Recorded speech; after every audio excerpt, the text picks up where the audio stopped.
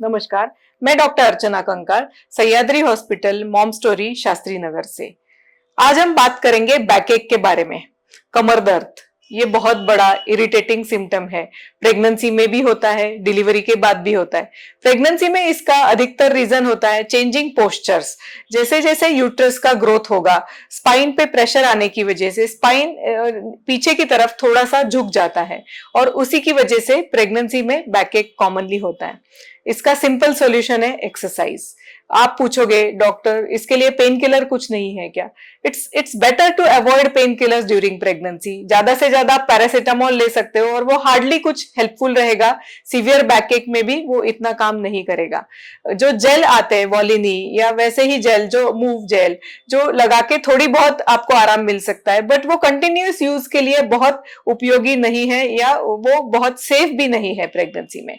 So the best solution for backache in pregnancy, whether it is early pregnancy or late trimester, is exercise. Exercise में yoga या stretching exercises आप regular करोगे तो बैकएक नहीं होगा। अधिकतर बहुत सारे लोग आजकल पीसी के सामने बैठ के काम करते हैं, उसमें अगर आप पोस्चर पे ध्यान दें तो भी बैकएक आपको कम से कम होगा।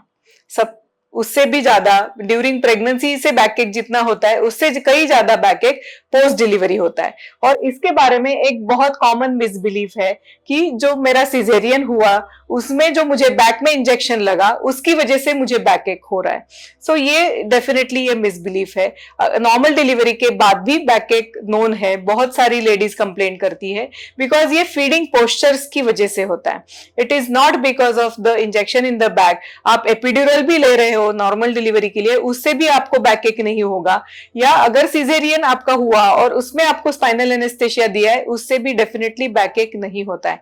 बैकएक is mostly when you are feeding your baby. अगर आप करेक्ट पोस्चर का ध्यान नहीं दे रहे, बेबी का और आपका पोजीशन इस तरह से नहीं है और आप झुक झुक के फीड करा रहे हो, तो उसकी वजह से आपको बैकएक एग्रीवेट हो सकता है। Again the solution is exercise. आपकी फिजियो जो आपको हॉस्पिटल में माइल्ड एक्सरसाइज सिखाएगी, उसी को आपको बाद में भी कांटेक्ट में रहना चाहिए और उससे आप बैक एक्सरसाइजेस सीख सकते हो।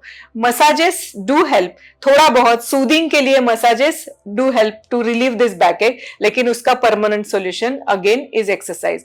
बिलीव मी, अगर आप रेगुलर एक्सरसाइज पोस्ट डिलीवरी भी करोगे तो आपको ये बैकएक कभी भी सताएगा नहीं। इसी बारे में अगर अधिक जानकारी आपको चाहिए तो आप नीचे दिए गए नंबर्स पे कांटेक्ट कर सकते हो। Thank you.